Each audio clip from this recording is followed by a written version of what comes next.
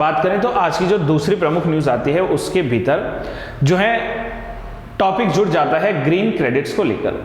अच्छा, पहले हम लोग क्या करते हैं कि एक बार थोड़ा सा ग्रीन क्रेडिट्स को समझ लेते हैं कि ग्रीन क्रेडिट्स क्या होते हैं। लेट करिए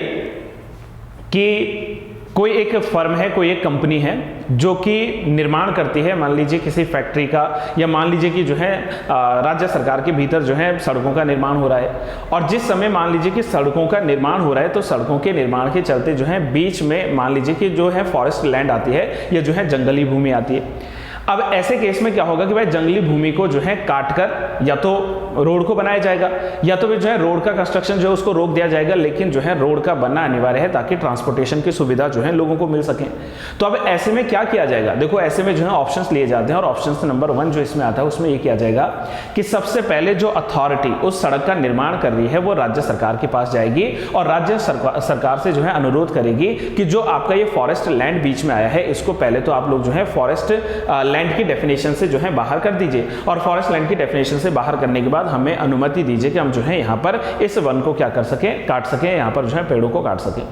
लेकिन इसके लिए फिर होगा क्या कि जितनी मात्रा में आप लोगों ने जितने जो है कह लीजिए पेड़ों को काटा है उन्हीं को जो है किसी नए जो है जगह पर प्लांटेशन आपको करना पड़ेगा, नई जगह पर जो है वृक्षारोपण आपको करना पड़ेगा, और साथ में आपको जो है जितने पेड़ काटे गए हैं उन पेड़ की राशि भी जो है राज्य सरकार को जमा करनी पड़ेगी। ये हमारे पास में क्या है, एक ऑप्शन के रूप में जो है आता है, जिसके लिए आपको क्या करना पड़ेगा, ग्रीन क्रेडिट जो है वो सरकार को पहुंचाना पड़ेगा। और ये न्यूज इसीलिए अभी चर्चा में भी रही है that states offer thousands of hectares of the degraded forest land for the green credit, यानी कि ग्रीन क्रेडिट के लिए जो राज्य है इन राज्यों के द्वारा यहां पर जो है कुछ क्या किए गए हैं,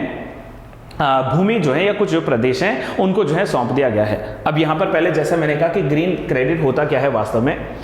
ग्रीन क्रेडिट का उपयोग उन कंपनियों के द्वारा किया जा सकता है जिन्होंने भारत के प्रतिपूरक वनीकरण, इसको जरा हाईलाइट कर लीजिए, प्रतिपूरक वनीकरण कानूनों के तहत अपने कुछ दायित्वों को पूरा करने के लिए वन भूमि को गैर वन भूमि उद्देश्यों के रूप में मोड़ दिया है और हजारों पेड़ों को जो है उन्होंने नष्ट कर दिया है। मैंने कहा ना कि राज्य सरकार के पास जाकर आपने वन भूमि को पहले गैर वन भूमि में जो है कन्वर्ट किया है, फिर वहां पर जो है जो भी उसका कह लीजिए अमाउंट था वो अमाउंट जो है अपने राज्य सरकार के पास जो है जमा करवाया है, और उसके बाद जो है आप लोगों ने उतने ही पेड़ों को किसी दूसरी जगह पर क्या करना है, प्लांटेशन करना है। तो इस बात को लेकर, इस स्कीम को लेकर जो है ग्रीन क्रेडिट स्कीम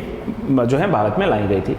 जहां पर हम लोगों ने प्रतिपूरक वनीकरण की बात की तो प्रतिपूरक जो वन रोपण है, यानी कि ये कानून किसी भी उपयोग या संस्थान को जिसे कि जंगल को उजाड़ने और उस भूमि को गैर वानिकी उद्देश्यों के लिए उपयोग करने की अनुमति दी गई है, वन अधिकारियों को गैर वन भूमि के बराबर राशि प्रदान करने, गैर वन भूमि की जो राशि है उसको जो है राज्य सरकार को प्रदान करने और उन्हें उस भूमि पर वनीकरण करने यानी कि प्लांटेशन करने के लिए भुगतान करने के लिए बाध्य करता है। इसके लिए जो है एक टर्मिनोलॉजी आती है जिसको प्रतिपूरक जो है वन रोपण कहते हैं। मतलब प्रतिपूरक क्या कि एक जगह से अगर आप लोग जो है वनों को क्या कर रहे हैं, उखाड़ रहे हैं, उजाड़ रहे हैं, तो उनकी जगह जो है दूसरी जगह पर आप लोग को जो है वनों को लगाना पड़ेगा। अगर वो डेवलपमेंटल फील्ड में देखें, अगर वो हम लोग बात करें विकासात्मक कार्यों की तरफ, तो अगर विकास के लिए वनों का कटना जरूरी है तो उसके जो है सब्स्टिट्यूट के रूप में आपको जो है किसी दूसरी जगह पर वनारोपण या वृक्षारोपण जो है वहां पर करना पड़ेगा। इसके लिए जो है ग्रीन क्रेडिट जो खबर है वो चर्चा में रहती है, ये भी द हिंदू के पहले पेज पर आपको जो है नजर मिल जाएगी। यदि हम लोग बात करें कि वर्तमान में तो हरित ऋण कार्यकाल के लिए जो है 10 राज्यों के द्वारा पहचानी गई जो कुल हेक्टेयर भूमि है लगभग 3853 हेक्टेयर भूमि, इसके निम्नीकृत वन भूमि में से लगभग 40% जो हिस्सा है वो जो है अकेले छत्तीसगढ़ और मध्य प्रदेश का है। यदि हम लोग एक बार सूची की तरफ वापस चलें तो जैसा हम लोगों ने कहा कि जो यहाँ पर ग्रीन क्रेडिट्स के लिए जो डिग्रेडेबल लैंड है, जो डिग्रेडेड लैंड है, उसके चार्ट में जो टॉप में आते हैं उसमें देखिए लगभग जो है यहाँ पर 879 के साथ 879 के साथ जो है यहाँ पर मध्य प्रदेश हेक्टेयर लैंड्स में हम लोग बात कर रहे हैं। लगभग 663 हेक्टेयर लैंड्स जो है वो छत्तीसगढ़ में, इसके बाद आसाम, तेलंगाना, बिहार, राजस्थान, गुजरात, महाराष्ट्र, उड़ीसा और अंडमान एंड द्वीप जो है यहाँ पर इन हेक्टेयर्स लैंड को क्या किया जा रहा है, स्टेट जो है ऑफर कर रही है जो है वहां पर जो एनवायरमेंट मिनिस्ट्री है इसके लिए। तो वहां पर क्या किया जाएगा, यहाँ पर फॉरेस्टेशन करवाया जाएगा, यहाँ पर जो है वनीकरण करवाया जाएगा। तो इसके लिए जो है हिस्सेदारी है। लेकिन अगर हमसे अकेले सवाल पूछता है कि सर्वाधिक हिस्सेदारी पूरे जो है इन हेक्टेयर लैंड में किसकी है, तो वो 2 राज्यों का नाम आप लोगों ने जानना है। पहला है छत्तीसगढ़ और साथ में इसमें आता है मध्य प्रदेश। केंद्रीय पर्यावरण मंत्रालय के द्वारा अपने ग्रीन क्रेडिट प्रोग्राम के तहत, यानी कि जिसको आप लोग जो है जीसीपी कह सकते हैं, के लिए नियमों की घोषणा के कुछ ही हफ्ते बाद जो है 10 राज्यों ने अपने लगभग 3853 हेक्टेयर जो भूमि है इसकी मात्रा में निम्नीकृत वन भूमि के पार्शल की पहचान की है, जो व्यक्तिगत तरीके से, जो व्यक्तियों के समूह, सार्वजनिक या फिर निजी क्षेत्र की इकाइयों को जो कमाई होती है उसके लिए जो है उपलब्ध कराते हैं। ये इतनी जो यहाँ पर भूमि प्रदान की जाती है। इस योजना के अंतर्गत बात करें तो जो पंजीकृत या स्वीकृत संस्थाएं हैं, जो रजिस्टर्ड है या जो अप्रूव्ड क्या है यहाँ पर संस्थाएं हैं, जो बॉडीज हैं वहां पर, ये छरित वन एवं बंजर भूमि के विशिष्ट क्षेत्र में वनीकरण परियोजना के लिए जो है धन दे सकती हैं। आपको क्या करना होगा कि जो भी अथॉरिटी वहां पर कार्य कर रही है उनको ऐसी भूमि को, जो बैरन लैंड है या मान लीजिए जहां पर जो है डिफॉरेस्टेशन हो रखा है, ऐसी भूमि के लिए जो है उनके फॉरेस्टेशन के लिए, उनके वनीकरण के लिए, प्लांटेशन के लिए वहां पर जो है वहां पर जो है क्या देगा, क्रेडिट देगा, वहां पर जो है पैसा देगा, धन देगा। तो इसके लिए जो है यह स्कीम आई थी। वास्तविक वनीकरण जो है वो राज्य वन विभागों के द्वारा ही किया जाएगा, लेकिन इसके लिए जो पैसा दिया जा रहा है एक्सक्यूज मी, इसके लिए जो पैसा दिया जा रहा है वहां पर पंजीकृत या जो स्वीकृत संस्थाएं हैं उनके द्वारा यहां पर प्रदान किया जा सकता है। साथ में रोपण के 2 साल के बाद और पर्यावरण मंत्रालय के एक स्वायत्त निकाय के रूप में अंतरराष्ट्रीय वानिकी अनुसंधान और शिक्षा परिषद यानी कि ICFRE के द्वारा मूल्यांकन के बाद जो है प्रत्येक जो है यहाँ पर क्या लगाया जाएगा, पेड़ यहाँ पर लगाया जाएगा और जो है इसको 2 वर्ष के भीतर जो है एक ग्रीन क्रेडिट के बराबर जो है एक पेड़ को मान लिया जाएगा। तो इसके लिए जो है यहाँ पर ग्रीन क्रेडिट जो स्कीम है वो चर्चा में रहती है। ग्रीन क्रेडिट के भीतर कंक्लूजन में अगर आप लोग पढ़ो तो बस इतना याद रख लीजिएगा, जैसे होता क्या था ना कि अभी तक जो एग्जामिनर्स के प्रमुख सवाल थे, जैसे कार्बन क्रेडिट को लेकर वो पूछ लेता है आपसे, तो इसी प्रकार से कल को ग्रीन क्रेडिट को लेकर सवाल बन जाएगा कि ग्रीन क्रेडिट जो है वो कौन सी व्यवस्था है। तो ग्रीन क्रेडिट व्यवस्था के भीतर एक जगह पर यदि जो है जंगल का या पेड़ों को अगर काटा जा रहा है तो उसकी जगह पर दूसरे स्थान पर जो है पेड़ों को या जंगल को लगाना जो है अनिवार्य हो जाएगा, जिसके तहत सबसे पहले राज्य सरकार के पास जाओगे और राज्य सरकार के पास जाकर जो वन भूमि है उसको पहले गैर वन भूमि में जो है कन्वर्ट कराने के लिए आपको अनुमति लानी पड़ेगी। उसके बाद जो है अगर पेड़ों को, जितने पेड़ों को काटा गया है तो उसका मूल्य जो है वो भरना पड़ेगा, और जब आप एक जगह से दूसरी जगह जो है प्लांटेशन शिफ्ट करते हो तो उसके दौरान जितना भी खर्च आएगा, जो भी भूमि होगी उसके लिए जो है आपको वहां पर जो है पैसा देना पड़ेगा। इसके लिए जो है ग्रीन क्रेडिट स्कीम जो है इसको लाया गया था।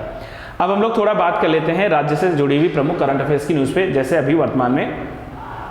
प्राकृतिक सौंदर्य से भरपूर जो उत्तराखंड राज्य का राजभवन है, इसमें एक नए बटरफ्लाई गार्डन या तितलियों के जो है खूबसूरती के लिए वहां पर जो है गार्डन की जो है अनाउंसमेंट की गई है, और ये अनाउंसमेंट जो है उत्तराखंड राज्य के राज्यपाल लेफ्टिनेंट जनरल गुरमीत सिंह जी के द्वारा जो है की गई है, जिन्होंने राजभवन परिसर में बटरफ्लाई गार्डन बनाने का जो है निर्णय यहां पर लिया है। इस निर्णय के भीतर जो है राज्यपाल ने इस संबंध में प्रमुख जो वन संरक्षक या वन्य जीव संरक्षक हैं समीर सिन्हा जी, और जो तितली ट्रस्ट के यानी कि बटरफ्लाई जो ट्रस्ट है इसके प्रतिनिधि संजय सोंदी जो है इनके साथ चर्चा करते हुए इस जो है गार्डन के उद्घाटन का जो है वहां पर प्रस्ताव सामने रखा है। और जैसा कि आप लोग जानते हैं कि उत्तराखंड में देश भर से जो है पाई जाने वाली तितलियों की प्रजातियां उत्तराखंड में मिलती हैं, और वर्तमान समय में उत्तराखंड में हम लोग बात करें तो कई जो है महत्वपूर्ण और दुर्लभ प्रजातियां भी जो है पाई जाती है। और राजभवन की बात करें तो राजभवन परिसर में विभिन्न प्रकार के पेड़ पौधों से जो है यहाँ पर तितलियों, पक्षियों इत्यादि के लिए जो है यहाँ पर जो है एक कह लीजिए अच्छा जो है हैबिटाट है, अच्छा जो है वहां पर रहने का जो है स्थान है। और वर्तमान समय में राजभवन के भीतर परिसर की बात करें तो नक्षत्र वाटिका, बोनसाई गार्डन सही जो है कई तरह के जो है कह लीजिए कि वहां पर क्या है पुष्पों की वाटिकाएं हैं यानी कि गार्डन से, तो इसमें जो है एक और नए जो है बटरफ्लाई गार्डन के रूप में जो है शामिल किया जाने वाला है राजभवन के भीतर। यदि हम लोग उत्तराखंड राज्य की बात करें तो ये आप लोग जानते हैं कि उत्तराखंड राज्य जिसकी स्थापना 9 नवंबर सन 2000 को हुई थी, तो उस समय जो है ये उत्तराखंड जो है देश के 27वें राज्य के रूप में जो है अस्तित्व में आया था। अब सवाल ये था कि जो उत्तराखंड राजभवन है इसे कहां पर स्थापित किया जाए, तो प्रारंभ में जो है अस्थायी रूप से देहरादून के जो है न्यू कैंटोनमेंट रोड जो है यहाँ पर राजभवन जो है स्थापित किया गया था बीजापुर हाउस में, और बाद में जो है कालांतर में इसको वहां से शिफ्ट करते हुए सर्किट हाउस यानी कि देहरादून जो है इसको सर्किट हाउस जो है राजभवन के रूप में जो है इसको पुनः नामित किया गया था। और पहले राज्यपाल जो है श्री सुरजीत सिंह बरनाला जी जो थे, इन्होंने 25 दिसंबर वर्ष 2000 को जो है यहाँ पर क्या किया था, स्थानांतरित किया था, यानी कि वर्तमान समय में जो सर्किट हाउस है वहां पर जो है राजभवन स्थापित है। और आप जानते हैं कि भारतीय संविधान के भीतर जो हेड ऑफ द नेशन और हेड ऑफ द स्टेट है, इनको जो है इनके ऑफिशियल वर्क के लिए क्या मिलता है, एक रेंट फ्री रेजिडेंस मिलता है। जैसे सेंटर में रेंट फ्री रेजिडेंस की बात करेंगे, आर्टिकल 59 ऑफ इंडियन कॉन्स्टिट्यूशन जब आप लोग पढ़े हुए तो वहां पर जो है राष्ट्रपति की सेवा शर्तों के मुताबिक लिखा गया है कि राष्ट्रपति को उनके आधिकारिक कार्यों के लिए जो है राष्ट्रपति भवन दिया जाएगा जो दिल्ली में, और प्रत्येक राज्य के राज्यपाल को उनके आधिकारिक कार्यों के लिए जो है राजभवन की व्यवस्था की जाएगी, और हर राज्य में जो है उनके राजभवन अलग होंगे जहां पर ऑफिशियल वर्क के लिए गवर्नर साहब को जो है वहां पर रेंट फ्री हाउस के रूप में प्रदान किया जाएगा। अब यदि हम लोग बात करें तो उत्तराखंड राज्य में प्रमुखता से बात करें तो उत्तराखंड राज्य में मनाया जाने वाला जो भिटौली पर्व है, भिटौली पर्व या भिटौली उत्सव कह लीजिए, आप लोग बस इतना समझ लीजिए कि भिटौली पर्व जो है ये उत्तराखंड राज्य में जो है चैत्र माह के भीतर जो महिलाएं हैं जब वो क्या करती हैं, महिला के परिवार वाले यानी कि जो उनका मायका पक्ष है, जब मायके पक्ष से जो है उनके मान लीजिए कि फादर या उनके ब्रदर्स या जो है उनके सिस्टर माताएं जब वो मिलने जाती हैं, यानी कि भिटौली, देखो भिटौली शब्द जो है ना भेंट से, मुलाकात से ही जो है बना है। जब क्या होता है कि जो उत्तराखंड में जब दूर दराज के पहाड़ों पर या कह लीजिए पहाड़ी क्षेत्रों पर जब जो है अपना घर छोड़कर जो है ससुराल को जाते हैं वहां पर विवाहित कन्याएं, तो उनके बाद जब उनसे मुलाकात करने उनके जो है परिवार वाले मायके वाले आते हैं तो उस पर्व को जो है भिटौली के नाम से जानते हैं। और ये भिटौली जो पर्व है उत्तराखंड के भीतर, इसमें क्या होता है, मुख्य रूप से कुमाऊं क्षेत्र का जो है ना, इसमें याद रखना, तो उसमें क्या होता है कि नए नए पकवान बनाकर जो है वहां पर परोसे जाते हैं और नए नए पकवानों के साथ जो है भिटौली उत्सव जो है इसको मनाया जाता है। कूर्मांचल सांस्कृतिक एवं कल्याण परिषद गढ़ी शाखा ने कोलागढ़ के पंचायत घर में सामूहिक रूप से पहाड़ की भिटौली परंपरा जो है इसको उत्साहपूर्वक मनाया है, जिसमें गढ़ी शाखा की लगभग 100 से 80 से लेकर 100 महिलाएं थी जिन्होंने यहाँ पर जो है प्रतिभाग किया है। जैसा मैंने बात किया कि यहाँ पर जो प्रमुख रहता है वो रहता है भिटौली वास्तव में है क्या। अच्छा, भिटौली के लिए अगर आप लोगों को थोड़ा सा और जानकारी रखनी है तो इसके लिए आप करेंगे क्या कि YouTube पर जाकर स्वर्गीय गोपाल बाबू गोस्वामी जी के एक प्रसिद्ध जो है कुमाऊनी गाने को यहाँ पर आप लोग सर्च करेंगे, जिसके भीतर उन्होंने जो है इस गाने में वर्णन किया है कि किस तरीके से जो है बेटी जब बारात में या डोली में बैठकर जाती हैं तो डोली में बैठने के बाद जब वो अपने ससुराल पहुंचते तो किस तरीके से जो है मायके पक्ष से उनसे जो है मिलने के लिए जाया जाता है। मतलब ये एक तरीके से कह लीजिए कि विदाई स्वरूप जो है जो गीत यहाँ पर गाया गया है उसमें जो है आप लोग देख लीजिए। अब मैंने इतना ज़्यादा तो खैर इस गाने के बारे में सुना नहीं है, अन्यथा मैं जरूर इसकी 2 पंक्तियां गुनगुना लेता, तो आप जो है इसको एक बार जरूर जाकर देखिए, जिसके भीतर देखो लाइन में आया भी है कि तेरो बाजू भिटोई लाला बैठी डोली मां। कह रहे हैं कि जिस समय देखो ब्याह के समय विदाई हो रहा ना, तो उस समय जो है विदाई करते हुए जो है वहां पर कहा जा रहा है कि आप डोली में बैठ के जो है ससुराल पक्ष को जाइए और आपसे मिलने जो है आपके रिश्तेदार, आपके जो है घर वाले मिलने आएंगे, भिटोली लेकर जो है आपसे मिलने आएंगे। तो इस प्रकार से जो है उत्तराखंड का एक प्रसिद्ध त्योहार है जिसमें हम लोग जो है भिटोली की बात कर सकते हैं। जब पहाड़ में रहने वाली महिलाओं के मायके वाले अपनी बेटी से भेंट करने के लिए उसके ससुराल जाते हैं तो इसी को जो है भिटौली प्रथा कहते हैं। इस भेंट करने की परंपरा को कुमाऊं क्षेत्र में भिटौली पर्व के नाम से जाना जाता है, जिसे बड़े उत्साह के साथ मनाया जाता है। और भिटौली त्योहार इसलिए भी खास है क्योंकि इस दिन जो है पहाड़ों के पारंपरिक जो व्यंजन है, जो पहाड़ों की जो है पारंपरिक जो व्यंजन की कह लीजिए जो मिठास है, जो खूबसूरती है, इसको घरों में जो है बनाया जाता है, जो कि जो है बहुत ही खास दिन के रूप में जो है मनाया जाता है। इसलिए यहाँ पर जो है जरूरी होता है भिटौली त्योहार। ठीक है, तो ये भी आप लोग जो है उत्तराखंड के कल्चर से, उत्तराखंड की जो है संस्कृति से जुड़ा हुआ जो है यहाँ पर जान सकते हैं। इसी में यदि हम लोग बात करें तो उत्तराखंड के 24 गांव जो हैं ऐसे हैं जिनमें इस बार वर्ष 2024 के लिए जो लोकसभा चुनाव हो रहे हैं, 16वें लोकसभा चुनाव, उसमें क्या होगा, वोट नहीं पड़ेंगे। क्यों? क्योंकि भाई यहाँ पर जो है पलायन सबसे बड़ी समस्या देखी गई है। अब आजादी के बाद देश में हुए 16वें लोकसभा चुनाव में भागीदारी करने वाले 24 गांव में जो है इस बार मतदान नहीं होगा उत्तराखंड में। ये पलायन आयोग की जो है रिपोर्ट ने इन गांवों को निर्जन घोषित कर दिया है, जहां पर जो है आमजन देखा नहीं जा सकता, यानी कि वोटर्स वहां पर है नहीं। और इन गांवों में यदि हम लोग सूचीपूर्वक बात करें तो सबसे अधिक जो गांव इसमें शामिल होते हैं वो टिहरी गढ़वाल से जो है शामिल होते हैं। इसमें जो है टिहरी है, अल्मोड़ा है, चंपावत है, पौड़ी है और जो है साथ में पिथौरागढ़ और चमोली जिले जो है शामिल है। देखो निर्जन गांव में 9 निर्जन गांव जो है वो टिहरी गढ़वाल में, चंपावत में जो है 5 निर्जन गांव, पौड़ी गढ़वाल में 3, पिथौरागढ़ में 3 और अल्मोड़ा जो चमोली है इनमें क्रमशः जो है 2-2 गांव जो है यहाँ पर निर्जन गांव घोषित हो चुके हैं, यानी कि यहाँ पर इस बार 2023 के लिए जो है मतदान नहीं होगा। इससे पहले यदि बात करें तो पलायन आयोग की जो दूसरी रिपोर्ट थी फरवरी 2023 में जारी हुई थी, जिसमें बताया गया था कि 2018 से लेकर 2022 के बीच जो है उत्तराखंड की लगभग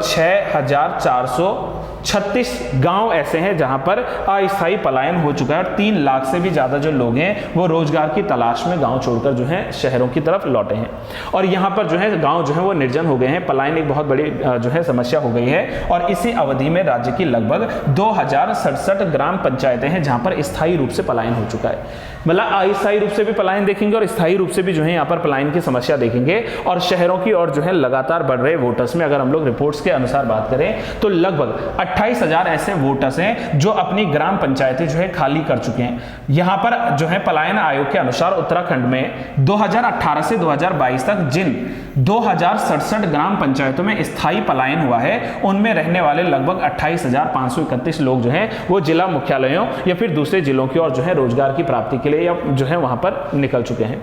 सर्वाधिक अगर हम लोग बात करें तो पलायन करने वालों में सर्वाधिक 35.47% लोग जो हैं वो अपने ही आसपास नजदीकी कस्बों में जो है गए हैं। लेकिन पलायन एक समस्या रही है। लगातार उत्तराखंड में जो मांग उठ रही है भू कानून को लेकर, पलायन रोकने को लेकर, उस पर अभी भी जो है सरकार ने चुप्पी साधी हुई है। तो इसलिए जो है यहाँ पर आवश्यकता ये आ जाती है दोस्तों कि जो है हमें इन गंभीर जो है समस्याओं के बारे में जो है सोचने पड़ेगा और हमें जो है यहाँ पर सरकार को घेरना पड़ेगा कि भाई पलायन जैसे समस्याओं को रोकने के लिए आपको पहले स्थानीय स्वरोजगार को जो है बढ़ावा देना पड़ेगा। स्थानीय स्वरोजगार को अगर बढ़ावा नहीं देंगे तो पलायन इसी प्रकार से जो है वो आता रहेगा, पलायन इसी प्रकार से जो है होता रहेगा और गांव जो है वो निर्जन होते रहेंगे। इसलिए जो है इस बार ये न्यूज़ भी जो है चर्चा का विषय बन जाती है। साथ में हम लोग बात करें तो देश के भीतर बिहार जो है कम मतदान करने वाले राज्यों में दूसरे पायदान पर है। अच्छा, ये न्यूज़ क्यों मैंने चर्चा का विषय माना है, क्योंकि अगर हम लोग देश भर के भीतर आबादी के हिसाब से बात करें तो बिहार में ठीक ठाक आबादी रहती है, लेकिन बावजूद इसके जो है वहां पर हम लोग अगर बात करें तो बिहार जो है पिछले कुछ समय से, जैसे हम लोग बात करें वर्ष 2009, 2014, 2019 इनके लोकसभा चुनाव में मतदान का जो प्रतिशत था वो लगातार कम होता रहा है बिहार में। और वहीं जम्मू कश्मीर जो है इस मामले में सबसे आगे है। यानी कि अगर हम लोग 10 राज्यों में मतदाताओं का टर्नआउट देखें तो वहां पर जम्मू एंड कश्मीर जो है यहाँ पर सबसे ज्यादा